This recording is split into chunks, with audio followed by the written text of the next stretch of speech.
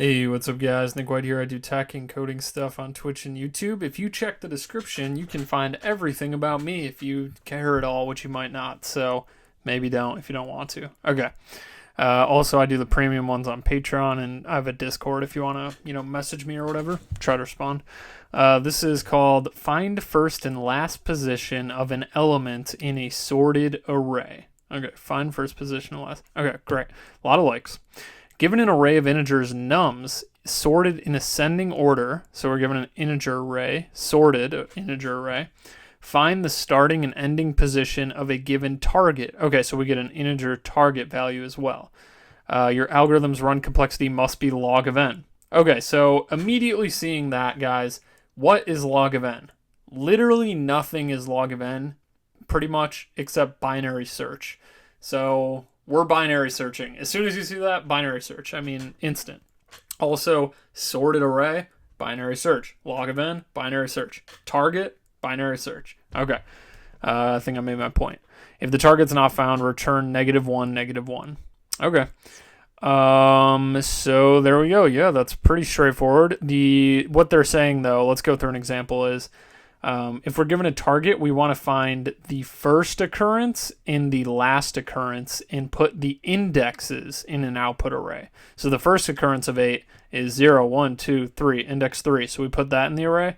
Last occurrence is 0, 1, 2, 3, 4. So we put that in the array. If there's nothing, if the target's not in the array, we put -1, -1. We could go through one more quick example if you don't fully understand, but it's pretty self-explanatory. 8, 8, 8. Okay, here's a better one. Here's a better one they should have probably included.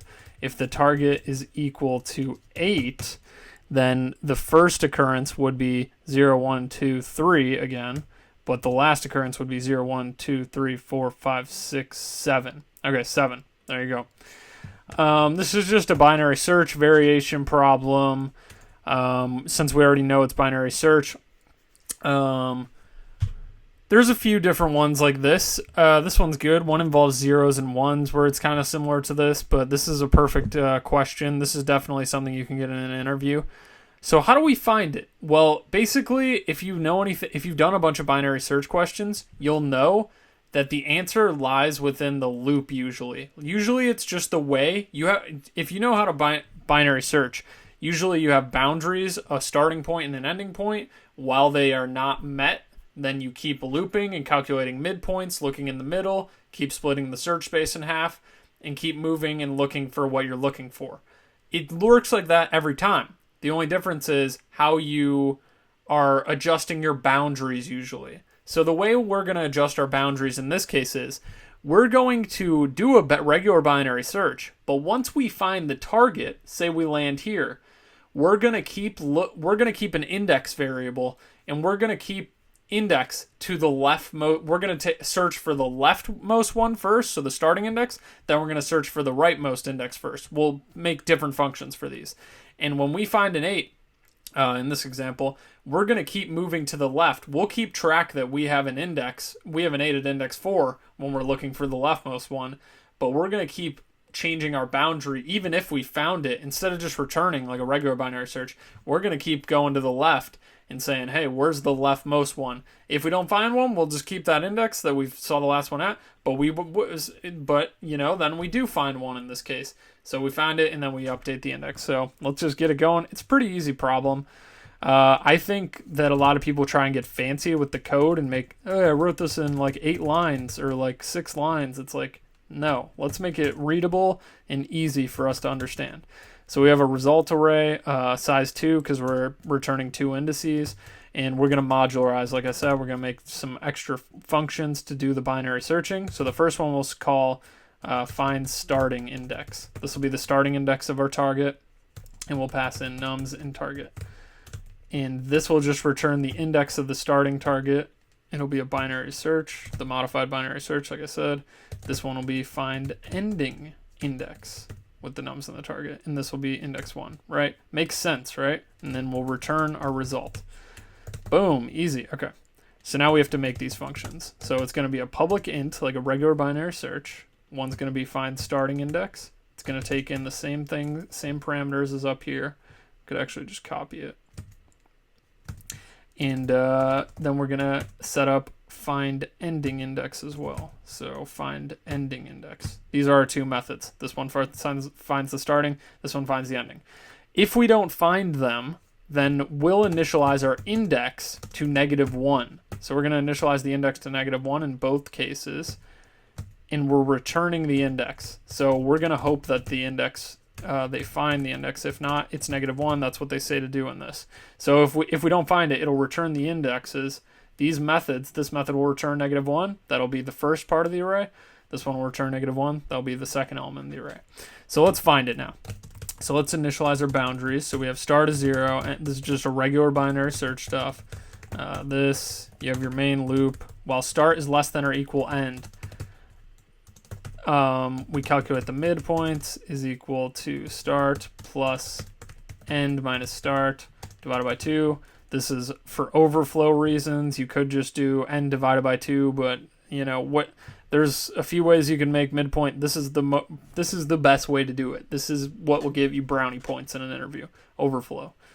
In some languages, integer overflow. Okay. This is going to be the same thing here, so we might as well just copy that. Okay, there we go.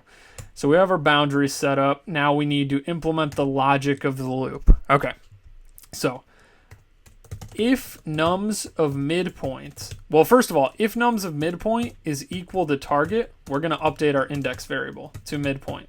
So we found the index. This is us finding an index. So every time that we find the index as we go to look for the leftmost one or the rightmost one, we're updating it. So let's get into the leftmost logic now. Okay, if nums of midpoint is greater than or equal to target, well, then that means we haven't even found the target, and the middle element is way greater, so we have to look at the left side of the sorted array to find the smaller elements. Or we found the element, like in this case, we found the element, but we still want to move to the left. So what we're going to do is we're going to say end is equal to midpoint minus 1. Boom. Else start is equal to midpoint plus 1. So there you go. And then you keep searching through the array, and this logic holds so that eventually you'll break out of the boundaries, and you will have found the leftmost index of the target that you're searching for. This should make sense. The main difference is that you're allowing the boundaries to break out of the loop for you, and you're also having this logic where you say greater than or equal to, and you're changing the boundaries, instead of usually it's just greater than. In this case, we're doing greater than or equal to because we're having duplicates and we're trying to find the first occurrence of the duplicates. So what do you think is going to happen in this one? You might want to try and pause the video and implement it yourself. But if nums of midpoint is less than or equal to target, wow, genius. Then we want to move the starting point to midpoint plus 1 because we want to keep going to the rightmost one even if we find the target. Else end equals midpoint minus 1. These will eventually just break out of the loops. We'll have each time we're checking for the, since we're going to keep going to the leftmost one, if we don't find another occurrence, like I explained earlier, if we're on this 8 and we keep going to the left and we don't find another index, we're not going to be updating the index array, so we still have the last reference to the leftmost index. So there's nothing to worry about here. That's pretty much it. Hopefully this works. There we go. Very fast. Simple binary search. You just call it 2 different times, 2 slightly different implementations. Pretty easy to read and understand from my perspective. When you look through the discussion and stuff like that, sometimes they have I think they have they try and do trick stuff to get it in 3 lines. I don't see the point of that. As long as we're this is interviewing, right? Maybe you want to look really good for a really high-level position, but really we're not worried about, the details of variable, saving space on variables and stuff. They're worried about overall time complexity. So we got that here. Thank you guys for watching. Really appreciate all of you guys that watch and support me. My channel's grown over the past, a little bit, but, thank you for watching. It's pretty cool. All right, see ya.